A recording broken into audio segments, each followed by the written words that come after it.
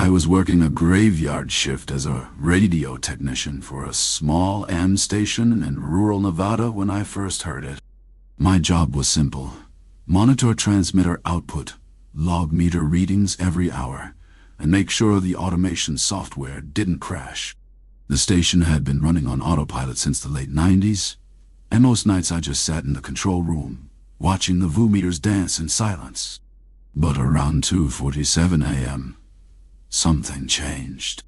The backup receiver in the corner, an old Kenwood that hadn't been touched in years, suddenly crackled to life.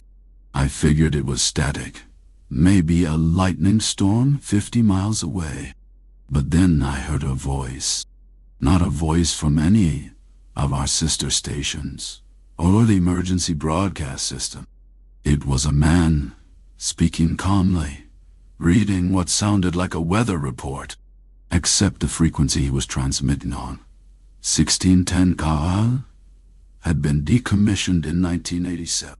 I checked the FCC database on the ancient desktop computer. The license for 1610 AM in this region was revoked 37 years ago. Donald Crow.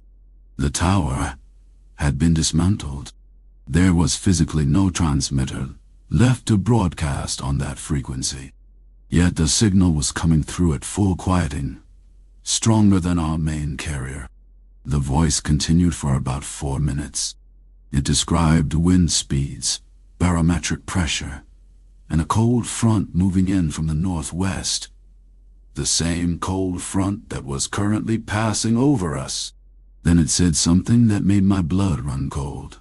To the technician monitoring this frequency, please confirm receipt at the main console. I stared at the speaker. The voice knew I was listening. It knew I was sitting in this specific control room. I didn't respond. Instead, I pulled up the station's engineering logs from the 1980s, stored in a filing cabinet that had been here since before I was born. It took me 20 minutes of flipping through yellowed papers, but I found what I was looking for. A maintenance report dated December 1987. The report described a nighttime engineer named Gerald Moss, who had been working a shift identical to mine. He had reported hearing voices on a dead frequency.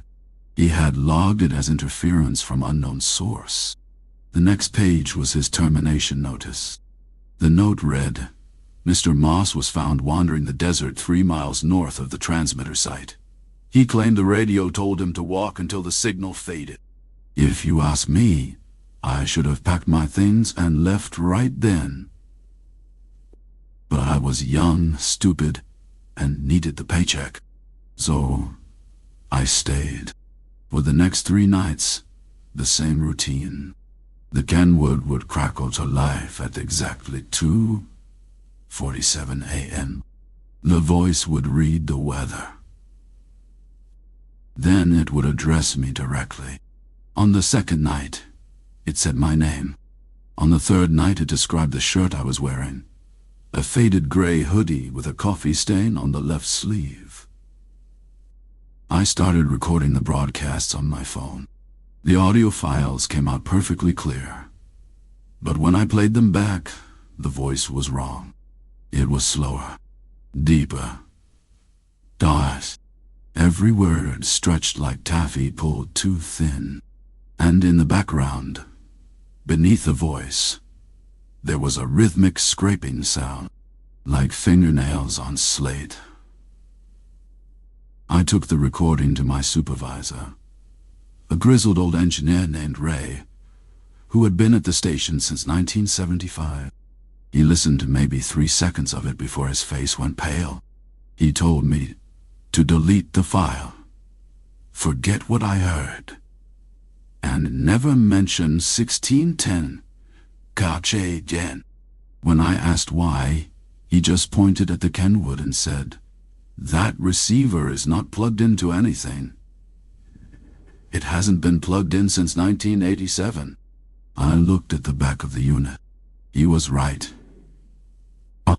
The power cord was wrapped around the chassis, terminating in nothing. The antenna input was capped with a plastic dust cover. There was no way it could receive any signal at all, let alone a broadcast from a frequency that legally did not exist. That night, I didn't sleep. I sat in the control room with the Kenwood unplugged, physically disconnected from everything, and watched the clock tick toward 2:47 a.m. When the minute arrived, the speaker crackled. The voice came through louder than ever. And this time, it wasn't reading the weather. This time, it said, Gerald Moss walked until the signal faded. He walked for 12 hours. He walked until his legs gave out. But the frequency never faded, Gerald. You know that. You can still hear it, can't you? My hands were shaking so badly I knocked over a cup of cold coffee. I realized then that the voice wasn't addressing me. It was still addressing Gerald Moss. It had been addressing him for 37 years.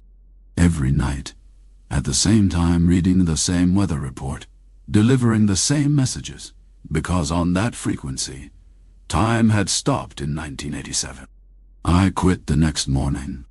I moved 3 states away. I haven't touched a radio since.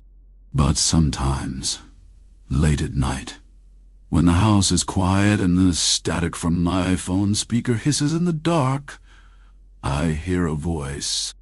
Faint, taut-toe, distant, reading the weather for a cold front that passed over Nevada in 1987.